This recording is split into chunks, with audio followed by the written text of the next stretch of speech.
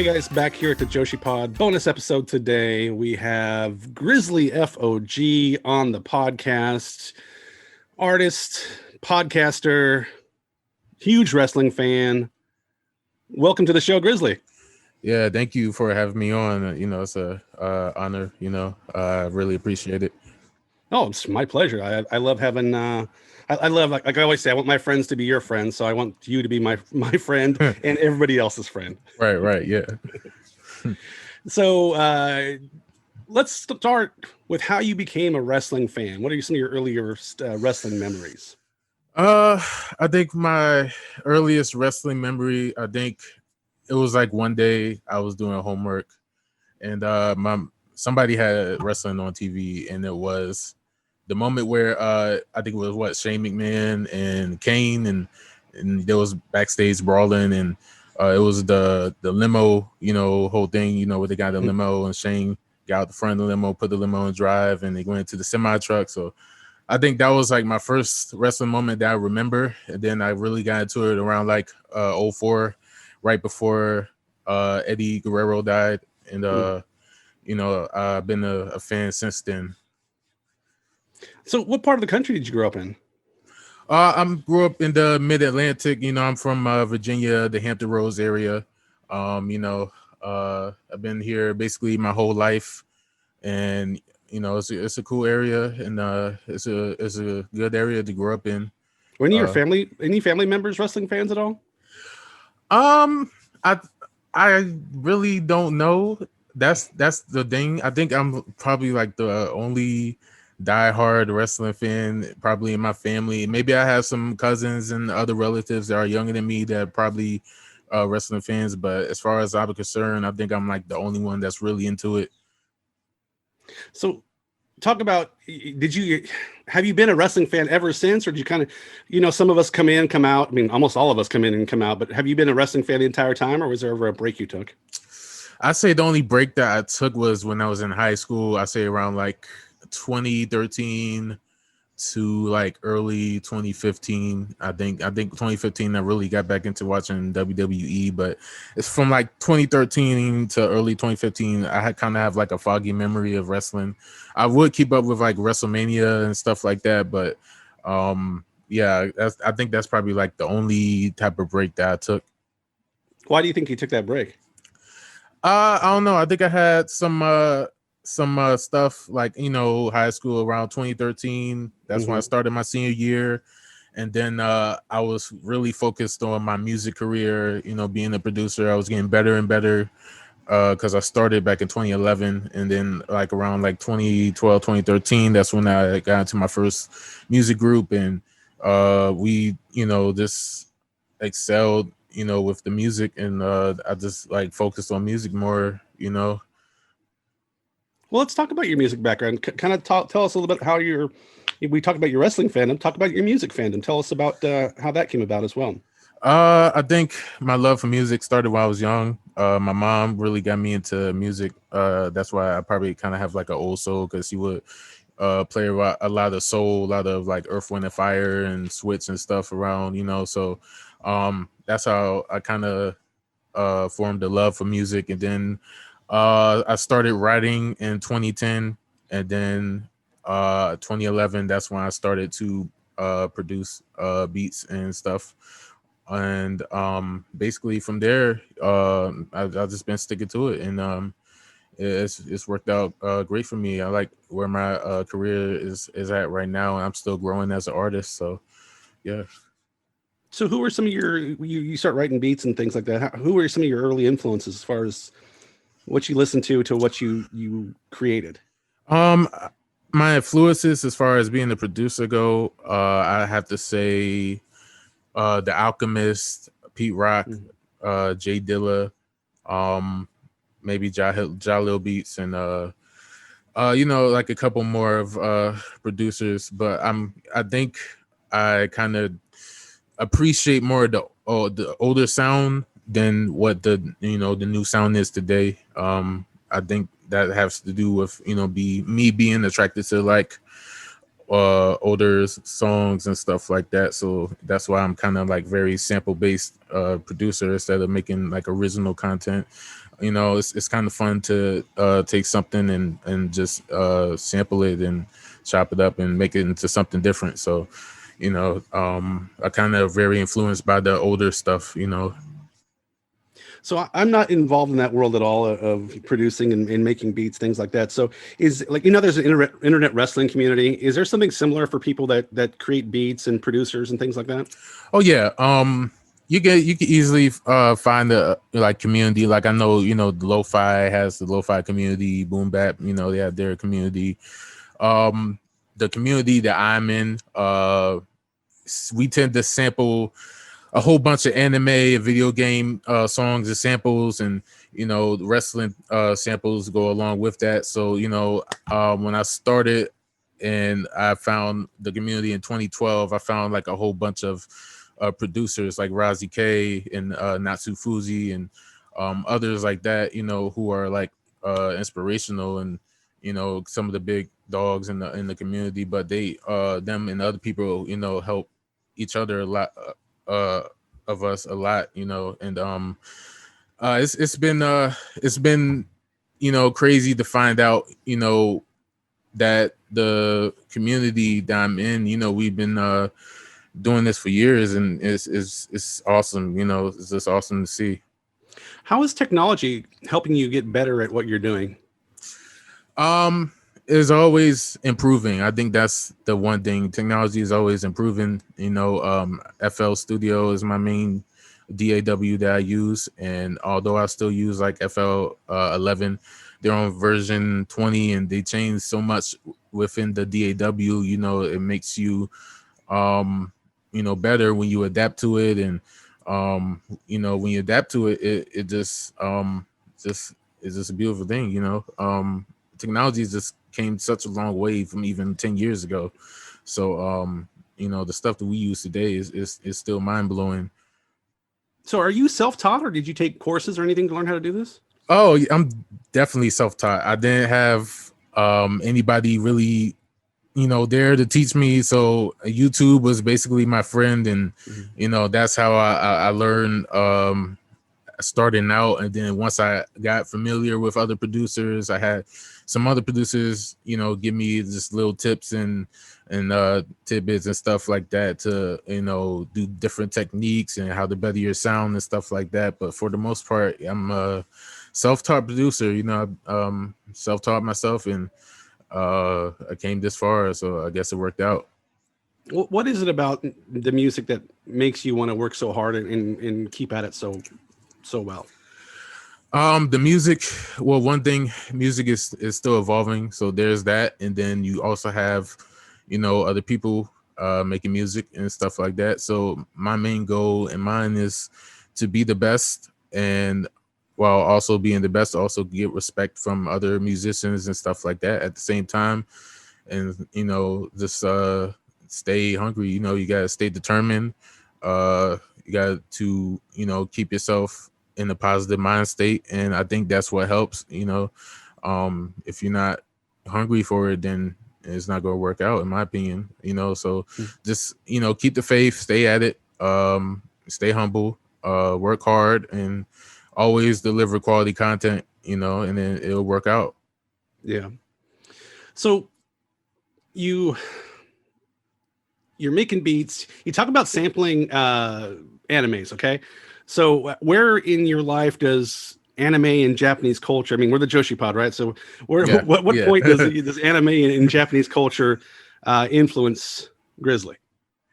I think it influenced a good amount. I started watching anime right when I got into middle school, and it influenced a lot because I mean, I used to watch it all the time. And with the music, I feel like it's such a unique thing, you know, to sample something like an anime song or a video game song, because there's not a lot of people that is doing it, at least mainstream. You know, like I say, it's like quite a few people that's probably doing it in the underground sense. But the community that I'm in, I think that's what make us so unique, because of sampling that. So the culture influences the music very well. You know, if I say, like, it's a big part of it. You know. When did you start? I mean, are you into other kind of Japanese culture besides anime? I mean, you obviously like Joshi wrestling.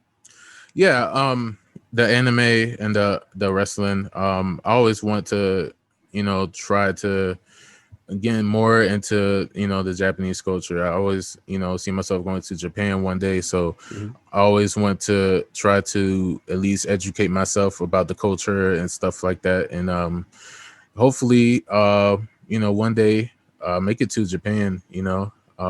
That's a, You that's will. a You will. yeah, that's a big thing on my bucket list at least. There's quite a hip hop culture over there in Japan. Yeah, and it's kind of cool to see. It's cool to see that. Um, I think I say one of my favorite artists is Komachi, and I really like her music. And it's dope in general to see the rap scene in Japan. It's kind of unique. They have their own style of doing it, and everything is so dope. When did you discover Japanese wrestling? I discovered Japanese wrestling about like 2012ish. That's when I got introduced to Kana. But as far as like then, I wasn't really into it yet. But when I got into college in 2014, that's when I really started to get into Pro Joshi. And I started with the older generation, the Bundakano and the Achikong and Akira Hokuto and those matches and stuff like that. Then I went to educate myself on the newer Joshi promotions and stuff like that. So yeah, it's been real fun to watch those matches and educate myself. Yeah, YouTube and Daily Motion sites like that are just amazing as far as Yeah. resources to have. Yeah, there are godsends of sites. It's I wouldn't know what to do without it.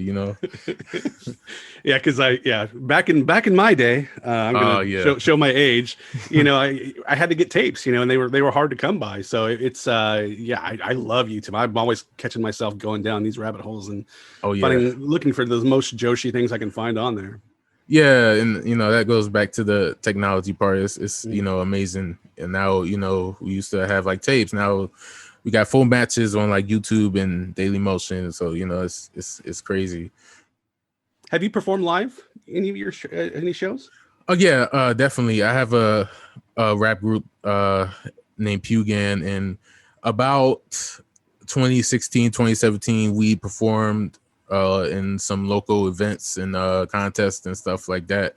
And I think that helped, with as far as performing on stage and having the experience for it, so it like performing on stage is really a piece of cake, as like people seem to make it out to be. Like the breath control, and you have to be energetic, you have to get the crowd moving and stuff like that. So I'm thankful for at least getting that experience performing on stage, and I think it's it helped a lot. So wrestling is a performance art as well. I mean, was there any influence on your persona on stage? Did wrestling influence that at all? Not quite, but I feel like in the future, when I get back on stage, I feel like I'll have some persona to influence that. Like I probably have like a whole outfit, based on it, and You got probably to wear wear like some. pink overalls like Lulu Pencil. Yeah. Definitely. But yeah, like that, and like some face paint also, I always see myself on stage with like, a Bull Nakano face paint, or like the Oscar Green Tears face paint, something like that. And I just, wonder how the crowd will react to it, or something like that. So what do other artists, like the more traditional, the non anime sampling artists, what do they think about you with going through the niche of the animes and the Japanese culture? Do they kind of look sideways at you that you're sampling that kind of stuff, or do they kind of respect it and appreciate it? Maybe it's both. I want to think at least they kind of look at it as like a cool thing, but it's also different at the same time. So I like to branch out, be different from it. So hopefully they respect it. Hopefully, if anything, they can at least appreciate it and give respect to it. In my opinion, I guess. So at what point when you're creating beats, you're doing things like that, at what point do you think, like, I'm not terrible at this. This is something I could possibly pursue as a, something more than just a hobby. At what point, how long did it take you to get where you thought you were halfway decent at it? I say 2014. I think 2014. That's when I was in college, and that's when I felt like I made the most improvements that year, being a producer, and I felt like I think this is going to be something that I actually want to do besides making it a hobby and stuff like that. And then once I started to actually record rhymes and stuff like that, that's when I stuck to it. So that's like the main goal for me now, is to be a music artist and not look back. So I think that's when I decided it's time to take it serious. So what inspired you? Because I looked at your SoundCloud and saw, I listened to some of the songs and saw some of the titles. What inspired you to use Joshi wrestling quite a bit as some of your inspirations for your songs? It's like the appreciation, for it. I appreciate Joshi a lot. So, and wrestling in general. So I tend to blend that within my songs and stuff like that. And, just it's like, tribute and old and stuff like that. Like, it's and it's great to actually find, some other producers that actually like wrestling and also use that. Like I got my homeboy Miyagi taught me. He did a EP, a wrestling based EP, and right after he dropped his, I dropped mine, the Joshi tape, in back in April during WrestleMania, and that one that it has like samples from wrestling themes, Joshi themes, and songs in general that I just made like tributes and odes. So it's just the tribute aspect of it that I really appreciate. Tell me some of your favorite songs on the Joshi tape. I think obviously I have to say the first track, DMH De Mihana. I found the sample like one night and it sounded like so good. Like, man, J Funk samples are awesome. Like J Funk city pop samples, they're so great. And I just sampled it and it sounded beautiful. And then the one with me and Miyagi taught me did called Kira's favorite song. Of course, I took Oral Delay, and I passed it to him. I was like, I don't really know how to go about it, so I'm gonna just let you do what you do. And he just chopped and sampled it and sent it back to me. I just added the drums and 808s and stuff to that, and that was one of my favorites right there. I say I'm an Andres Miyagi fan, so I appreciate. Oh yeah, that one with the Pink Floyd sample I did. That was one of my favorites also, and I had to do that one too. How long does it take you to come up with the ideas and polish them up? I say I don't know. Maybe I'll spend a lot of time making these beats. Like it's not like 20, 30 minutes making the beat. It's like 50 minutes to like an hour some change. Maybe I'll like leave it alone and then come back to it another day and then finish it up. But the idea prospect of it, I feel like sometimes I make these out like spur of the moment, like, oh, that sample sounds cool and I could do this and that to it. And it's like a brainstorm, when you put it together, but it just comes out great, So I don't have any musical talent at all. So I've got questions. Go ahead. Do you sit around and think about beats, like just making sounds in your head, that kind of thing? Oh man, if I had $1 every time I thought of an idea for a beat, I'd probably be rich right now.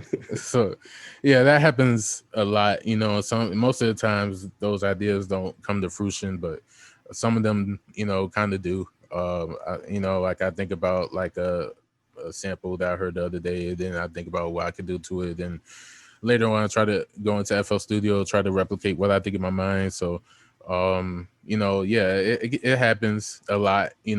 Like I'm at work and I'm just thinking about something, and it then turns into a beat. So, it happens a lot. So, I'm guessing when you watch Joshi wrestling, or you watch wrestling, or listen to music in general, you hear things sometimes. Is there anything in Joshi wrestling recently that's like kind of caught your attention that you might want to work on next? I think I don't know. Every time I hear my Watani's theme, I kind of think about sampling that sometimes, and a Julia's theme, and then I think about I was supposed to sample Mikey Ito's theme for the Josie tape, but I didn't get to it. So that's another one I think about, and stuff like that. That would be fun. Oh yeah, I'm a big Maki fan, as you know. Yeah. So you also do some podcasting. Tell me about what you do in podcasting. So yeah, I have this podcast called Ring Talk, and I started it I say about April or May this year. I originally had a podcast that I started back in 2018. It was called Squad World Order, and it had like two of my friends from this Facebook group that I was in, and we, became best friends and stuff like that. So we started that podcast, but we only did like a couple episodes, and that podcast basically was like ghosted. So I was sitting here earlier this year. I'm like, man, I want to try to do this again. I want to try to, do a podcast again. And if I had to do it by myself, then so be it. So, I mean, that's what I did. I started Ring Talk. And I'm almost on my 10th episode, and it's been great so far. It's been, something that I look back on, and I think it was a great decision to do. So what kind of topics are you covering on the podcast? Yeah, so Ring Talk, basically Ring Talk is mostly about wrestling, and I say sports because I tend to talk about other sports. But yeah, it's basically wrestling, sports, and sometimes music. And try to focus on what's going on in the wrestling world and community as of right now and stuff like that. And I think it's been fun to do that, just keeping the topics like that and just talking about them. And you're talking about the U.S. wrestling scene and also around the world. Yeah, also around the world. If I had to talk about it, I'll talk about it. If it's anything like New Japan or DDT or anything else like that, I'm talking about it. If it's big news, then I'll talk about it. So, what lately have you been watching that you've been enjoying? It doesn't have to be Joshi. It can be anything. What have you enjoyed lately? I mean, besides WWE, I think AEW has been putting out a great product.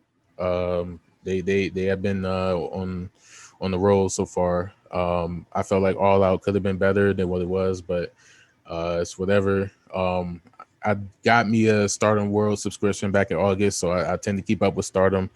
And I also got a Wrestle Universe subscription back in August too, so I keep up with DDT and Tokyo Joshi Pro Wrestling and stuff like that. And I try to keep myself informed about the other Joshi promotions and whatever have you.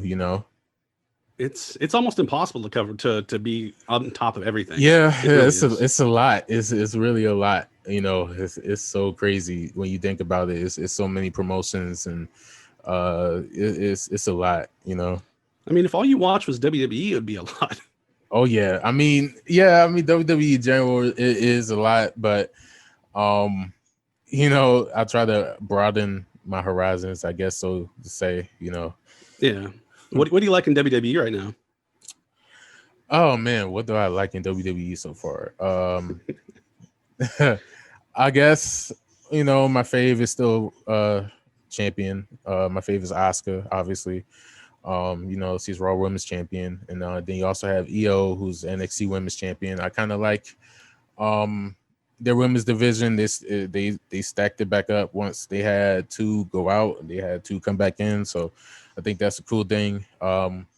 the draft this past weekend, I felt like it could have been better, but I like to see some stars move some brands. Like I didn't expect like Bianca Belair to be on SmackDown. I didn't expect for them to break up the New Day. So I mean, it's a lot to like in WWE, but it's also a lot to dislike, I guess, at the same time. Yeah. So you're on SoundCloud. Tell us where to listen to find your music at first. Well, I have projects that are on streaming sites like Apple Music and Spotify and everything else. I just dropped a project last month called Saturday Night's Main Event. It's an EP project, so it's on streaming sites and Bandcamp and SoundCloud. I also have Audio Mac account. Just search Grizzly F.O.G up there. I need to update it, but that's that. And as far as like the podcast go, you can also listen to it on SoundCloud, soundcloud.com/Grizzly F.O.G. And also you can go to anchor.fm/Grizzly F.O.G. And it's also on podcast sites, Apple Podcasts, Spotify, and other places as well. So Grizzly, do you ever see yourself not being a wrestling fan? I don't even think I can't see myself not being a wrestling fan. I mean, I think wrestling has influenced me so much over the past few years. I'm kind of stuck to it now. So I don't think I can see myself not being a wrestling fan in the future. Do you think there's my final question here? Do you think there's parallels between hip hop artists, like independent hip hop artists, and independent wrestlers? Do you see any sort of parallels at all in that?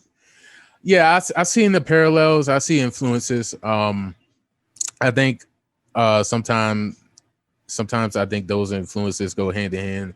So I definitely see the parallels between independent wrestlers and independent artists and rappers and stuff like that. I mean, I also see it with some of the mainstream rap artists and referencing pro wrestlers. I think sometimes I like to think I'm unique in a basic mind frame, because I feel like not only do I reference all these pro wrestlers, but I'm also referencing like Joshi and different things like that. So I think the parallel is definitely there. I lied. I have one more question for you. So the hip hop culture is so ingrained in the United States and so ingrained pretty much around the world now, I think. Mm-hmm. I don't see the hip hop culture that deep into pro wrestling. I mean, there's some, but I don't think it represents what is actually happening in the real world. What do you think? Right. I mean, I don't really see it as far as like the wrestling goes. I think I just see it from like the rap artist mind state. Like some of these rappers are wrestling fans, and they'll throw in like references and in their bars and stuff like that. But as far as wrestling goes, I mean, you don't really see a lot of it. I mean, you guess you can see it with like R-Truth and like a John Cena back in the day and stuff like that. But I don't really think you kind of see the influence of rap in the wrestling that much. I think it's there, but it's not really influenced in a big mind state. Why do you think that is? I mean, I can't really say. I don't know if it's the influence is just not there, or if anybody is not really influenced enough by rap to put it in their persona, or to have it as part of the wrestling culture. But I just feel like I'll cut you off there. I think a little bit it's the people that running the organizations aren't familiar with it and don't understand it, and probably if they tried it, they probably screwed up. Right. And that's one of the things, like the main people, they probably want to understand it at all, and they probably stray away from it and stuff like that. So maybe you have Shorty G. Yeah, well, Shorty G. That sounds like a rap name too, like Shorty G and stuff like that. But I just don't know. Well, Grizzly, I thank you so much for being on here. We're doing our little mini episodes here as I head out into greener pastures, and I really want to help you guys share your love for the arts, your love for wrestling, and I can't thank you enough for being on the podcast today. Yeah, like I said, I appreciate it, man. It's been an honor, and it was great listening to your podcast and stuff in the past. And cheers to your future, man. Thank you so much, buddy. Yes, sir.